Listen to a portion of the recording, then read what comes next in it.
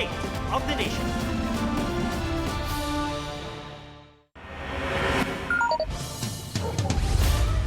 Lord, please, bombero, anay. 4 na bahay at isang karinderya ang natupok sa Barangay Bulilao, Bandurriao sa Iloilo City. May nadamay ring backhoe. Ayon sa BFP, nagsimula ang sunog sa tumagas na LPG tank sa isang kusina. Sugatan ang may-ari nitong nagtangkang apulahin ang apoy. Emosyon na naman ng mga residenteng namatayan ng 2 alagang aso matapos matrap sa sunog. Sa gitna ng trahedya ng pagkasawi ng isang batang naputukan sa Maynila, 5 person of interest kaugnay sa napulot na paputok ang inimbitahan na ng MPD para magpaliwanag. Patuloy naman ang crackdown sa mga iligal na paputok gaya sa Calabarzon. Nang ilan, singtindi ng bomba ang lakas. May report si Ian Cruz. Sa pagsabog ng paputok na sinindihan ng 2 minor de edad noong December 28 sa Tondo, Maynila, isa ang nasawi at kritikal ang kaibigan niya. Natuntunan ng mga otoridad ang pinagmulan ng dala nilang paputok. Yan ay ang nahuli kam na grupong ito ng mga lalaki. Madaling araw ng December 28, naglakad sila mula Almeda Street. Palabas sa Yuseco Street, pinahinto pa nila ang ilang motorista dahil ang bitbit na paputok, sinindihan nila sa mismong intersection ng Yuseco at Abad Santos. Umusok ang paputok pero hindi sumabog. Binusan ito ng tubig ng lalaking nagsindi. Makalipas ang 15 minuto, nagsindi sila ng isa pang paputok pero di rin tumalab. May sinasabi sila, barkada nila yun, nakapula. Taga Bulacan daw po yun. Yun daw po yung may dala ng paputok para mag-try kung malakas. Kaso, hindi naman siya, pumutok. Matapos ang mahigit 18 oras, nagpaputok sa parehong lugar ang 2 bata pero dahil nasita ay umalis. Tumawid sila at huminto sa bangketa. Hindi na gaanong kita sa CCTV pero sabi ng Barangay 226, doon na nila napulot ang paputok na di sumabog noong madaling araw at binitbit nila patungong A. Lorenzo Street. 5 lalaking persons of interest ang inimbitahan na sa MPD para magpaliwanag. Hindi natin muna i-reveal yung kanilang mga identity. Ang sa atin dito, magkakaroon tayo ng masusing pag-iimbestiga. Titignan natin kung meron silang pananagutang kriminal. Nakakalungkot na kailangan pa may magbuwis bago tayo matuto. Magbuwis ng buhay bago tayo matuto. Sana talaga kapulutan ng aral yun, yung nangyari na yun. At wag na sana maulit. Ang malabombang pagsabog sa disgrasya sa Tondo.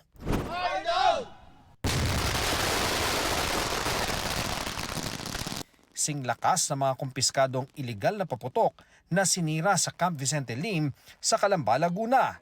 Nilublob naman sa malalaking drum ng tubig ang iba habang dinurog at ginulungan ang mga boga. Mahigit 4 na milyong pisong halaga ng paputok ang nasamsam sa 300 operasyon ng mga pulis sa Calabarzon. Sa Carmona, Cavite, may naarestong lalaki nagbebenta online ng iligal na paputok. Nahuli rin sa Calamba, Laguna ang lalaking nagbebenta ng malalakas na iligal na paputok gaya ng dart bomb at mga paputok na sobrang laki at lamang pulbura. Ang ginagawa ng mga ibang manufacturer at seller natin ng mga illegal is pinapalaki nila yung sukat nung binebenta nila at saka tinatagdagan nila ng pulbura. Kaya nga nagiging delikado ito, no? Para doon sa mga tao na bibili dahil yung sabog niya, yung lakas niya is lumalakas. Sa Barili, Cebu, arestado na rin ang lalaking nagsindi umano ng triangle at itinapon sa mga tindang paputok na nagresulta sa pagkasunog ng 9 na tindahan. Inihanda na ang mga reklamo laban sa kanya. Improvised paputok naman ang sinasabing mitya ng sunog nitong weekend sa mahigit 50 bahay sa Barangay Commonwealth, Quezon City. Kahit 9 na taon ang bawal ang paputok sa barangay. Kaya mayat maya ang paglilibot ng mga tanod at nakasamsam sila ng mga bogang improvised o gawa mismo ng mga bata. Doon po sa mga magulang na nanonood po ngayon, pakibantayan po yung mga anak po natin. Ngayong araw, sa datos ng DOH, 140 na ang firework-related injuries sa binabantayan nilang 62 Sentinel Hospital sa buong bansa. 68% ng mga naputukan ay edad 19 pababa. Kahit legal ang paputok, dapat ingatan para di matulad sa nangyari sa mag-amang bumili ng paputok sa Santa Barbara, Pangasinan. Biglang sumindi at sumabog ang paputok nila habang sakay ng motorsiklo. Ang dala nilang kwitis, hinihinalang na dikit sa tambucho o sumayad at nakiskis sa semento. Kaya sa Bukawi, ang mga pulis mayat mayang nag-iikot sa mga tindahan ng paputok at namigay ng mga polyeto sa mga mamimili. Lalo-lalo na sir, yung mga tinagtatanong sila kung safe ba sir kung nasa likod ng sasakyan, nasa loob ng sasakyan. Ang inaano po namin sir na wag lang po siyang mababasa. Safe na safe po siya. No smoking, ganon. Safety muna bago para iwas aksidente. Basta maayos lang po yung lagay sa sa sasakyan, maayos yung patas para hindi pakalog-kalog yung basta secure lang, hindi kumakalog yung mga paputok. Ian Cruz nagbabalita para sa GMA Integrated News. Health check mga kapuso ngayong holidays. Di lang sa peligro ng mga paputok, pati na rin sa mga handa, lalo yung mga putok-batok. Marami kasing na-ospital dahil sa high blood at stroke. May report si Jonathan Nandal. Nakikipagtawaran na si Mang Cesar habang hinihintay lumutong ang mga lechon sa tindahang ito sa La Loma, Quezon City. 14 million eh. Natawaran ko, naging 10. Okay na yan. Okay na. Kumpara nung isang taon, mas mahal na ang lechon doon. Ramdam din ng mga lechonero ang matumal na bentahan. Siguro po nasa mga 30% to 40% na nawala sa tao. Kasi nung dati, nung last year, ganitong pecha pa lang halos talagang puno na tao rito eh. Sadya raw mahal ang baboy ngayon. Hindi ko naka-apekto yung ASF sa benta nyo? Hindi naman po. Dahil talagang free po rito sa La Loma. So talagang yung kakulangan lang ng pera ng mga customer? Opo, yun na lang talaga dahil sobrang taas po ng baboy. Mayat-maya naman ang pag-iikot ng mga taga-QC Veterinary Department para tiyaking sumusunod ang mga lechonero sa panuntunan kontra ASF gaya ng pagkakatay sa accredited na slaughterhouse. Dahil mahal ang lechon, nag-advance order na ang ilan para makamura at bukas na lang kukunin. May free taste pa. Okay naman, masarap. Kaya dito kami pumunta. Kahit star ng medianoche ang lechon, abay hinay-hinay. Ang putok-batok na sarap nito na sinabayan ng taas presyo, literal na nakakataas presyon. Sakit na isa sa binabantayan ng Health Department ngayong holiday season. Maaari kasi itong humantong sa stroke. Bukod sa high blood pressure, ang iba pang dahilan ng stroke ay injury sa ulo, blood clot o pamumuo ng dugo sa utak, baradong ugat o kaya'y pagputok mismo ng ugat. Paano ba malalaman kung ang kasama mo ay may senyales na ng stroke? Lagi po ninyong babantayan yung mga may napansin yung nabubulol na kamag-anak o biglang may parte ng katawan na hindi nagagalaw o nanghihina. Meron ding ibang pasyente na sobrang taas ng blood pressure o biglang nanlalabo ang paningin, itakbo agad sila sa ospital. Kasi po, sa loob ng 4 hours, dapat na-evaluate sila kaagad kung anong klaseng stroke sila. Kapag naagapan, pwede pa natin silang masalba. Buti si Mang Angelito, itinakbo ng asawa niya sa ospital itong pagtapos ng Pasko. Bumubuti na ang kalagayan niya. Na-stroke na rin siya noong 2023. Medyo okay na po kasi natataas, nagagalaw niya na to tsaka to. Kasi nung nagpunta kami dito, asing hindi niya nagagalaw siya. Isa si Mang Angelito sa 35 stroke patients sa Tondo Medical Center mula pa December 21. Katumbas ng 3 stroke patients kada araw ngayong holiday season. Mas mataas kaysa mga nagdaang buwan ayon sa ospital. Ang malungkot, 3 ang namatay. May stroke po na sa ER pa lang po namatay na. Ang nakikita namin dahilan dito, sir, is una-una yung compliance sa gamot. Imbis na ipambili pa ng gamot, pinambibili pa ng mga panghanda o nakakalimutan na uminom ng gamot. Nauunahin yung pagkain ng mga bawal. Sabihin, minsan lang naman. Kung alam niyo po na kayo ay at risk na may stroke at lalo na't may mga high blood, diabetes o mataas ang cholesterol, iwasan po lahat ng mga bawal. Sa datos ng DOH mula December 21, 165 na ang nasustroke. 70 ang inatake sa puso, 27 ang sinumpong ng hika o asma.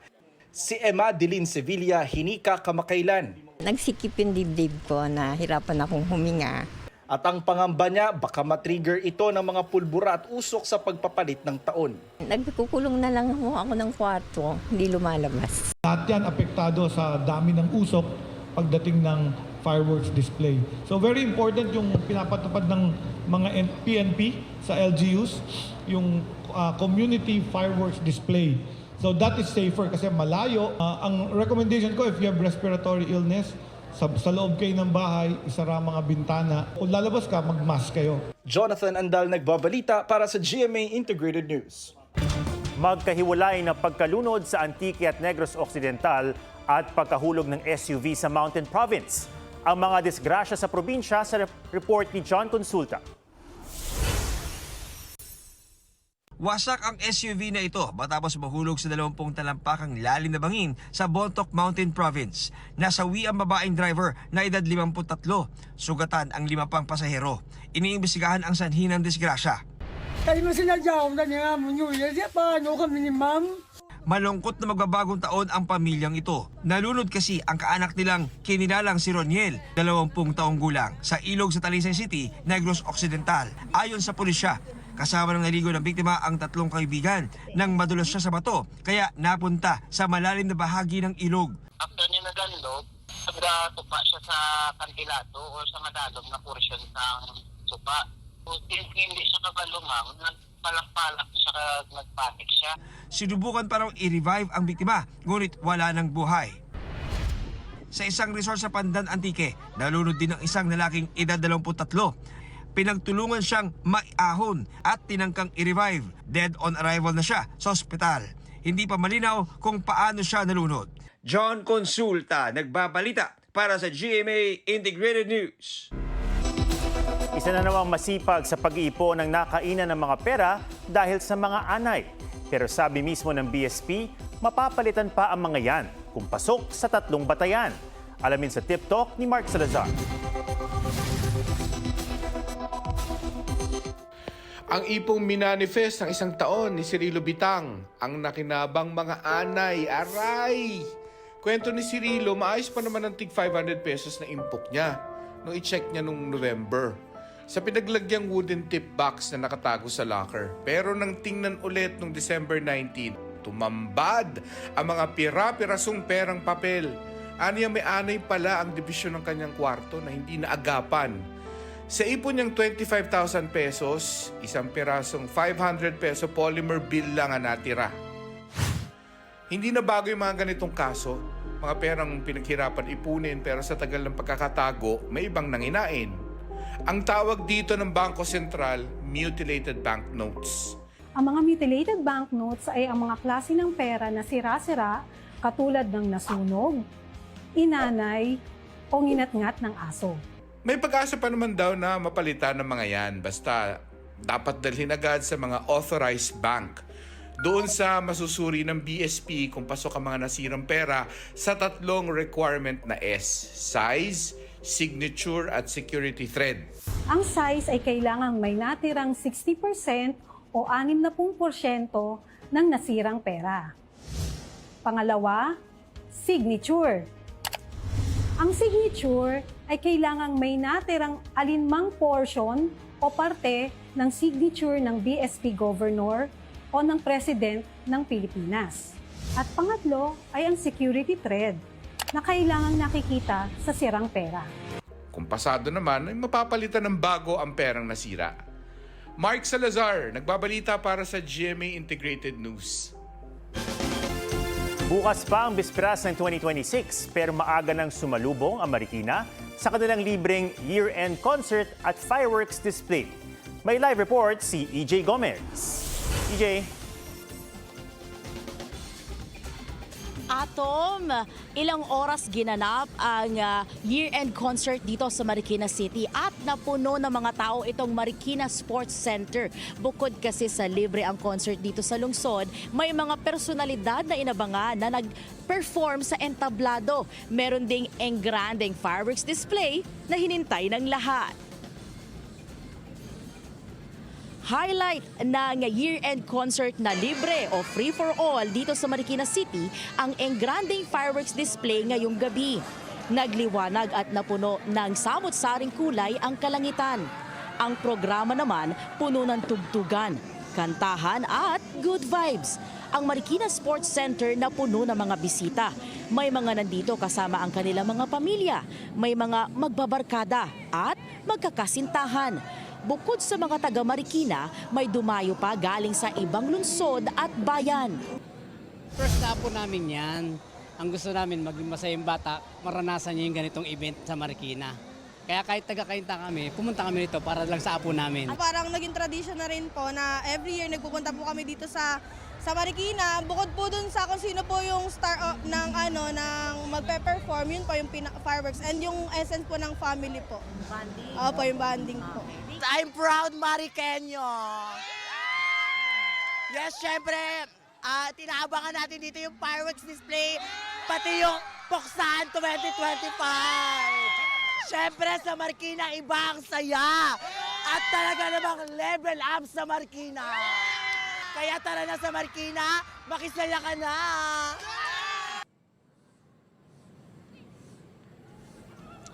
Total, maaga na nilang sinalubong ang 2026. Inusisa na namin ang New Year's resolution ng ilan. Mga bagay na gusto nilang i-let go sa 2025 at di na dadalhin sa 2026. Yun po, yung mga bad habits ko po, tsaka gusto ko na rin i-let go yung mga bad choices, mga ganun po. Tsaka New Year's resolution po yung more investment sa health. Magbabawas ako ng bisyo kasi kailangan na rin sa edad natin dahil tumatanda, bawas-bawas na po ito. Katulad ng mga pag-iinom ng alak, sigarilyo. Ayaw ko nang gawin ulit yung pabayaan yung pamilya ko. Lagi ko silang kasama na lang. Every time na may rest day kapag pagkatapos ng trabaho, diretso ng pamilya po. Hindi na po kung saan sa pupunta po. Happy New Year!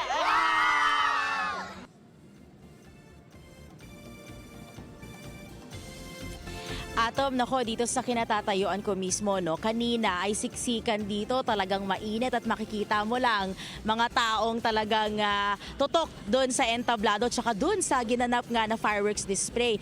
Agad namang umalis yung mga tao dahil mga nagutom, tsumibog at pumunta doon sa paligid nitong sports center kung saan merong hile-hilera ng mga late night food tray para yan sa kanilang ganap, no, eksena after nga nitong libreng year-end concert. Happy New Year, Atom! Balik sa'yo. Happy New Year at maraming salamat, EJ Gomez. Ito ang pangmalakasang law of attraction, manifesting at nagkatotoong hiling na may kasamang plot twist. Dahil ang pamahiing 12 grapes under the table sa bagong taon para sa love life, literal na nagbunga. Pusuan na yan sa report ni Oscar Oida.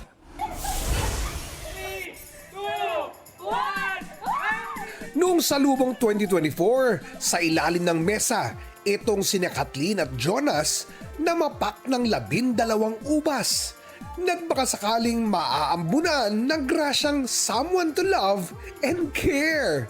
Pero ang plot twist na malala, silang dalawa pala ang itinadhana. Yeah, I think it really started po talaga dun sa ubas after namin kumain ng grapes.